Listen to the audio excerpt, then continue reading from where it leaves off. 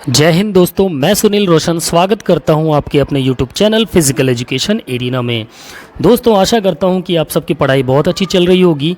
Exam आपके नज़दीक आ रहे हैं तो अपनी पढ़ाई को और भी बेहतर करिए हमारे साथ मिल करके। आज हम आपके लिए लेकर आए दोस्तों एनाटॉमी एंड फिजियोलॉजी पर जो प्रीवियस ईयर्स के कुछ बेस्ट क्वेश्चंस थे, ठीक है, उन पे हम डिस्कस करेंगे। उन क्वेश्चंस को हम सॉल्व करेंगे यहाँ पर, ठीक है। यहीं से आपके एनाटॉमी फिजियोलॉजी के इसी टाइप के क्वेश्चन आपके EMRS और BPSC में आने की पूरी संभावना रहेगी दोस्तों, ठीक है। चलिए फटाफट से वीडियो को लाइक और शेयर कर दीजिए। शुरू करते हैं हम आज की क्वेश्चन सीरीज़, जिसमें हमारा पहला क्वेश्चन है दोस्तों, मनुष्य में समान संख्या में जो गुणसूत्र होते हैं उनकी संख्याएँ कितनी होती हैं? In man the normal number of chromosomes is 46, 44, 42 या फिर 48। जल्दी से बताएंगे क्रोमोसोम्स की संख्या कितनी होती है हमारी बॉडी के अंदर, देखा जाए मनुष्यों में तो कितनी होती है दोस्तों? क्या उसका सही जवाब? बिल्कुल, इसका जो सही आंसर होगा वो होगा option A is the correct answer, 46, ठीक है। वैसे तो ये होती कितनी, 23 के पेयर्स में होती है दोस्तों, ठीक है, 23 के पेयर्स में होती है, और टोटल बात की जाए तो 46 होते हैं। ओके, नेक्स्ट क्वेश्चन की बात करें तो अगला क्वेश्चन है दोस्तों, throwing muscle is known as, throwing muscles को किस नाम से जाना जाता है दोस्तों? Pectoralis major, sternum, pectoralis minor या स्कैपुला? जल्दी से बताएंगे दोस्तों। Question number second, throwing muscle को किस नाम से जाना जाता है दोस्तों? किस नाम से जाना जाता है? बिल्कुल, इसका जो सही आंसर होगा option A is the correct answer, that is pectoralis major, ठीक है। इंपॉर्टेंट क्वेश्चन है दोस्तों, मैक्सिमम नंबर ऑफ एग्जाम्स में ये आपके सामने आ चुके हैं। नेक्स्ट क्वेश्चन की बात करें, अगला क्वेश्चन है दोस्तों, the amount of blood pumped from the heart with each beat is called, यानी कि प्रत्येक धड़कन के साथ हृदय से पंप किए गए रक्त की मात्रा को क्या कहा जाता है? एक धड़कन में जो एक बीट करता है हमारा हार्ट, तो उसमें जो ब्लड बाहर निकलता है, उसकी जो मात्रा निकलती है बाहर, आउटपुट, वो क्या कहलाती है दोस्तों? कार्डियक आउटपुट कहलाएगी, वाइटल कैपेसिटी, स्ट्रोक वॉल्यूम या फिर VO2? जल्दी से बताएंगे। क्वेश्चन नंबर थर्ड का सही आंसर क्या होगा दोस्तों? बिल्कुल, इसका सही आंसर होगा option C is the correct answer, stroke की मात्रा या स्ट्रोक वॉल्यूम, ठीक है। एक धड़कन में जो रक्त की मात्रा बाहर पंप होती है वह स्ट्रोक वॉल्यूम कहलाती है ना। नेक्स्ट क्वेश्चन की तरफ चलते हैं। अगला क्वेश्चन है हमारा, the right lung is divided into, हमारा जो दायां फेफड़ा होता है उसमें कितने लोब्स में विभाजित होता है दोस्तों? कितने लोब्स में विभाजित होता है? 2 में, 3 में, 4 लोब्स में या फिर 6 लोब्स में? जल्दी से बताएंगे इस क्वेश्चन का सही आंसर क्या होगा? बिल्कुल, इसका जो सही आंसर होगा वो होगा option B is the correct answer, that is 3 lobes में, 3 खंड में डिवाइड होता है। हमारा जो राइट लंग होता है वो 3 खंड में डिवाइड होता है, और जो हमारा लेफ्ट फेफड़ा होता है, बायां फेफड़ा होता है, वो 2 लोब्स में डिवाइड होता है, ठीक है। नेक्स्ट क्वेश्चन की तरफ चलते हैं। अगला क्वेश्चन है हमारा, pharynx is an organ involved in respiratory system, digestive system, circulatory system, both A and B। ग्रसनी जो होती है किसमें शामिल, वह अंग किसका अंग होता है? ग्रसनी श्वसन प्रणाली का, पाचन तंत्र का, परिसंचरण प्रणाली का या फिर A और B दोनों का? क्वेश्चन नंबर 5 का सही आंसर क्या होगा दोस्तों? बिल्कुल, इसका जो सही आंसर होगा option D is the correct answer, both A and B, यानी कि हमारे रेस्पिरेटरी सिस्टम और डाइजेस्टिव सिस्टम दोनों का ही ये अंग होता है, ठीक है दोस्तों। नेक्स्ट क्वेश्चन की तरफ चलते हैं। अगला क्वेश्चन है हमारा क्वेश्चन नंबर 6, जो कि which of the following structure eight A synapse has the neurotransmitter, यानी कि साइनेप्स में निम्नलिखित में से किस संरचना में न्यूरोट्रांसमीटर होता है दोस्तों? शॉन सेल्स में, साइनेप्टिक क्लेफ्ट में, साइनेप्टिक नॉब्स में, साइनेप्टिक वेसल्स में, है ना, श्वान कोशिकाएँ, साइनेप्टिक फॉन्ग, साइनेप्टिक नॉब्स या साइनेप्टिक वेसिकल्स? जल्दी से बताएंगे इस क्वेश्चन का सही आंसर क्या होगा, है ना। साइनेप्स में किस संरचना में न्यूरोट्रांसमीटर होता है दोस्तों? क्वेश्चन नंबर 6 का सही आंसर क्या होगा? बिल्कुल, option D is the correct answer, that is synaptic vesicles, ठीक है। साइनेप्टिक वेसिकल्स हमारे साइनेप्स की एक संरचना होती है जिसमें न्यूरोट्रांसमीटर होता है दोस्तों। नेक्स्ट क्वेश्चन है, this hormone is responsible for fight और फ्लाइट रेस्पॉन्स, यह हार्मोन लड़ो या उड़ाओ प्रतिक्रिया के लिए जिम्मेदार है। Thyroxine, melatonin, insulin and glucagon, फिर है आपका एपिनेफ्रिन एंड नॉरपेनिफ्रिन, फिर ऑस्ट्रोजन और प्रोजेस्टेरॉन। ठीक है, लड़ो और उड़ो यानी कि फ्लाइट और फ्लाइट रेस्पॉन्स के लिए कौन सा हार्मोन जिम्मेदार होता है दोस्तों? क्वेश्चन नंबर 7 का सही आंसर क्या होगा? बिल्कुल इसका जो सही आंसर होगा वो होगा option C is the correct answer, epinephrine और नॉरपेनेफ्रिन। ठीक है, नेक्स्ट क्वेश्चन पे चलते हैं। अगला क्वेश्चन है हमारा दोस्तों question number 9, what is the normal life span of WBC? WBC यानी वाइट ब्लड सेल्स की जो जीवन काल होता है वो कितने दिनों का होता है दोस्तों? सामान्य जीवन काल 120 दिन, 13 to 20 डेज, 15 to 30 डेज और 60 डेज। 9th क्वेश्चन का सही आंसर क्या होगा दोस्तों? बिल्कुल इसका जो सही आंसर होगा वो होगा क्या? 13 to 20 डेज, या 12 से 20 दिन भी हो सकता है और 13 से 20 दिन भी कुछ ऑप्शंस में आपको मिलेंगे। ठीक है, वाइट ब्लड सेल्स का जो जीवन काल होता है वो 12 से 20 दिन का होता है, या ऑप्शन के हिसाब से 13 से 20 दिन यहाँ पर से हो जाएगा। वहीं बात करें RBC की तो वो 120 दिन होता है। ठीक है, किसके लिए? RBC के लिए। ओके, नेक्स्ट क्वेश्चन की बात चलते हैं। 10वां क्वेश्चन आपसे कह रहा है what is normal haemoglobin range for main? Normal पुरुषों के लिए सामान्य HB रेंज, HB रेंज यानी हीमोग्लोबिन का जो रेंज होता है पुरुषों के लिए कितना होता है नॉर्मल दोस्तों?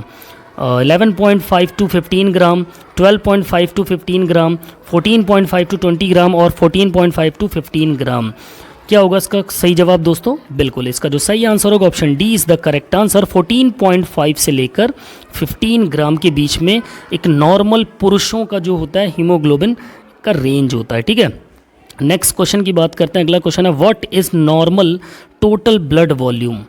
सामान्य कुल रक्त मात्रा क्या होती है दोस्तों? 4.5 लीटर, 3.5 लीटर, 6.5 लीटर या फिर 5.5 लीटर? जल्दी से बताएंगे। क्वेश्चन नंबर 11 का सही आंसर क्या होगा? बिल्कुल option D is the correct answer, 5.5 litre यानी कि 5.5 लीटर जो होती है वो कुल रक्त मात्रा होती सामान्यतः देखी जाए तो, जो हमारा टोटल ब्लड वॉल्यूम होता है। ठीक है, एक व्यक्ति के अंदर।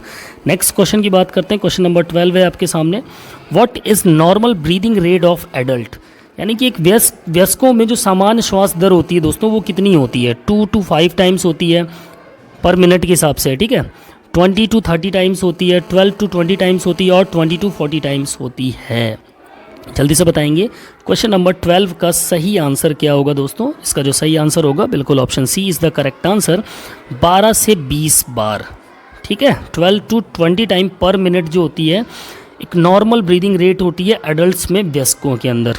ओके, नेक्स्ट क्वेश्चन चलते हैं। Question number 13, name the special conducting tissue of the heart? है ना, हृदय के विशेष संवाहक ऊतक का नाम क्या होगा दोस्तों? SA node, AV node, Purkinje fibres या all of the above? Question number 13 सही जवाब क्या होगा दोस्तों? हमारे जो विशेष संवाहक ऊतक होते हैं यानी कि जो स्पेशल कंडक्टिंग टिश्यू होते हैं हार्ट के, वो क्या होते हैं? सारे के सारे होते हैं दोस्तों। ठीक है, ऑल ऑफ दी अबव।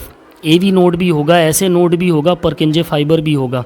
ठीक है, नेक्स्ट क्वेश्चन की बात करते हैं। अगला क्वेश्चन है 14, what is order other name of right AV valve of heart? यानी हृदय के दाहिनी AV वॉल्व का दूसरा नाम क्या है दोस्तों? Tricuspid, bicuspid, both A and B और नन ऑफ दी अबव?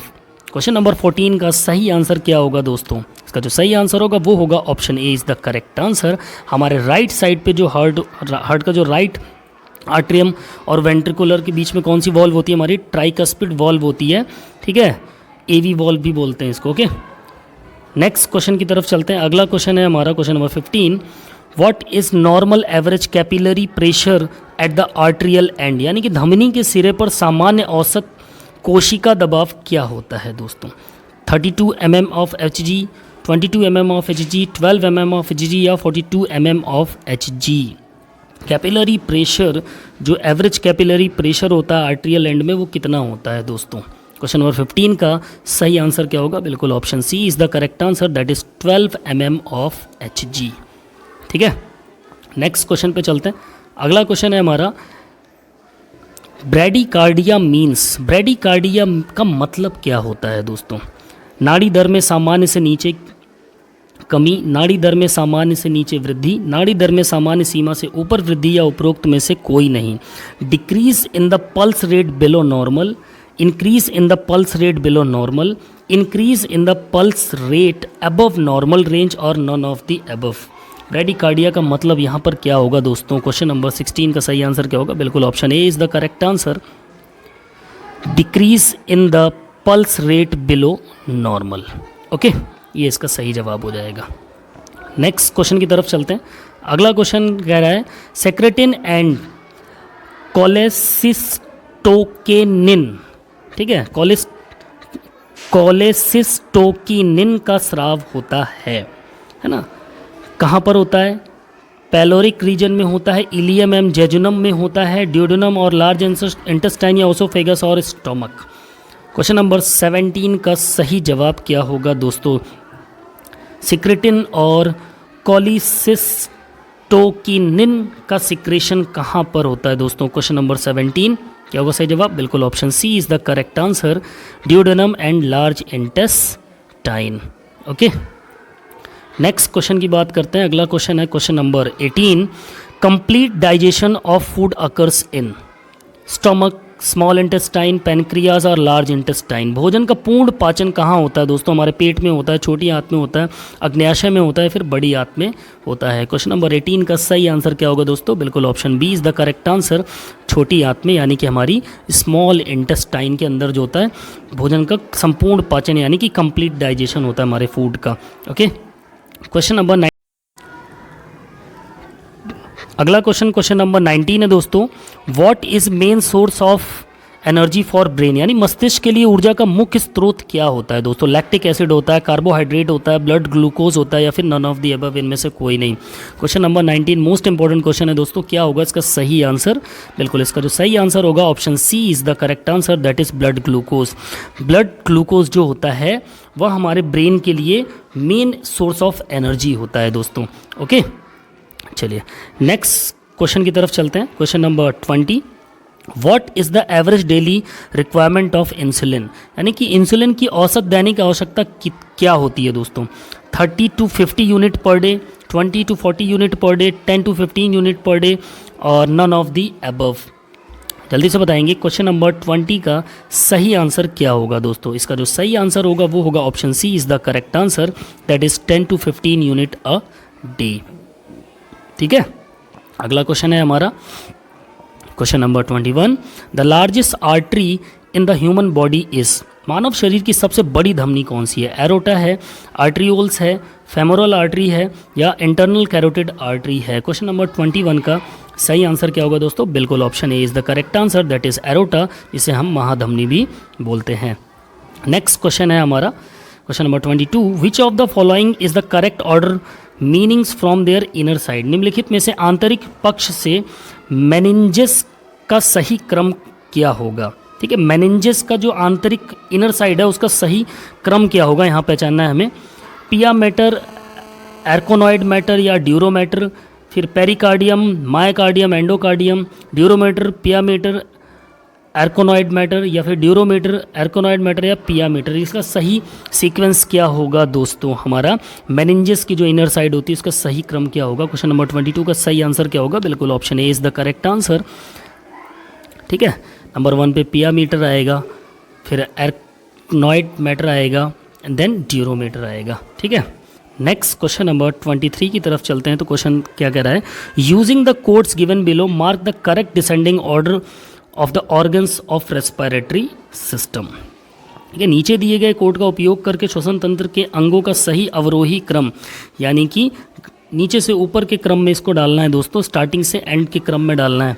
अब ये आपके 8 दिए हुए हैं, 8 को सही क्रम में डालना है। इसमें नीचे कोड दिया हुआ है, इसमें से क्या होगा सही answer? लैरिंग्स, trachea, bronchioles, alveoli, pharynx, नसल कैविटी और ब्रोंकी, इनको सही सिस्टम में लाना है।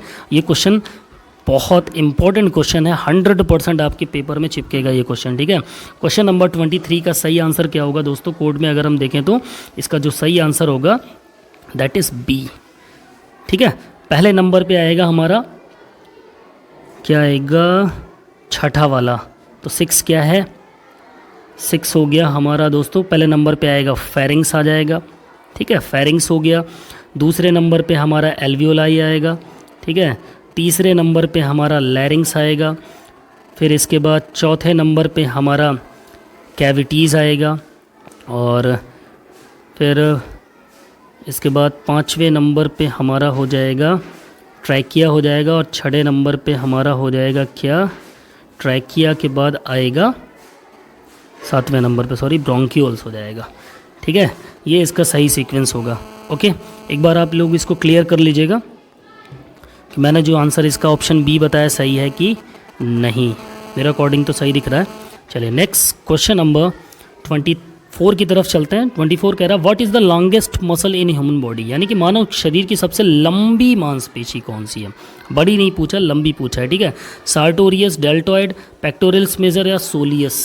क्वेश्चन नंबर 24 का सही आंसर क्या होगा, बिल्कुल option A is the correct answer, that is sartorius हमारे शरीर की सबसे लंबी मांसपेशी होती है। ओके, नेक्स्ट क्वेश्चन नंबर 25 है दोस्तों, पेनक्रियास सिक्रेट्स, पेनक्रियास क्या स्रावित करता है, insulin, pepsin, adrenaline, none of the above, insulin, pepsin, adrenaline या उपरोक्त में से कोई नहीं। क्वेश्चन नंबर 25 का सही आंसर क्या होगा दोस्तों, बिल्कुल सही जवाब option A is the correct answer, that is insulin. ठीक है, इंसुलिन पैनक्रियास से क्या सिक्रेशन होता है, कौन सा निकलता है, इंसुलिन हार्मोन निकलता है। ठीक है दोस्तों, देखो ये 25 क्वेश्चन जो है ना, ये काफ़ी इंपॉर्टेंट क्वेश्चन है। ये बार बार घूम फिर के आपके एग्ज़ाम में आते हैं, तो इनको बिल्कुल भी आप नेगलेक्ट नहीं कर सकते हैं। भले आसान क्वेश्चन है, बट ये 100% यहाँ से क्वेश्चन आपके आने ही आने हैं। घूम फिर के 2-4 क्वेश्चन आपको यहाँ से देखने को मिलेंगे। ठीक है, इसकी PDF मैं आपको अपने टेलीग्राम चैनल पे प्रोवाइड करा दूंगा और टेलीग्राम चैनल का लिंक मेरे डिस्क्रिप्शन में मिल जाएगा आपको। आशा करता हूँ आज के वीडियो आपको पसंद आया होगा। अगर वीडियो पसंद आया तो प्लीज़ यार वीडियो पर एक लाइक तो बनता ही है, साथ में वीडियो पसंद आए तो इसको शेयर भी ज़रूर किया करिए, साथ ही एक प्यारा सा अच्छा सा कमेंट ज़रूर करिए। चलिए मिलते हैं अपने नेक्स्ट वीडियो में, तब तक के लिए बाय बाय, टेक केयर, जय हिंद, वंदे मातरम, फिजिकल एजुकेशन जिंदाबाद।